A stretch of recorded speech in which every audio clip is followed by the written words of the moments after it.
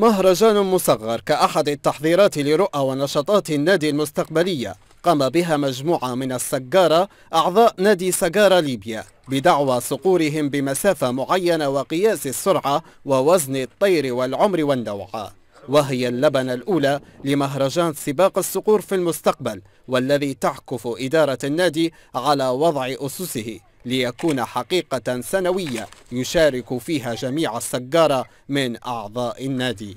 المسابقة التي أقيمت في نادي الزنتان تضمنت ما يقارب من 20 إلى 30 متسابقا. هي الألعاب اللي في المسابقة التلواح فهمت أو المدعى، وفي الوقت هذا بتميز الطيور يعني السريعة اللي عندك. والله بالنسبة للنادي هو يعتبر أول نادي في ليبيا يضم الصقارة الكل الليبيين، يعني من الشرق ومن الغرب. أنواع الطيور التي شاركت في المسابقة هي ما تعرف بأحرار الصقور وشواهين أحرار والأجيار والوكارة وبريني وقرناص. رياضة سرعة الطيور تعد من الرياضات الحديثة في ليبيا، والتي لا زالت لم تلقى رواجا على مستوى ليبيا، لكن لها الكثر من العشاق والمتابعين في ربوع الوطن.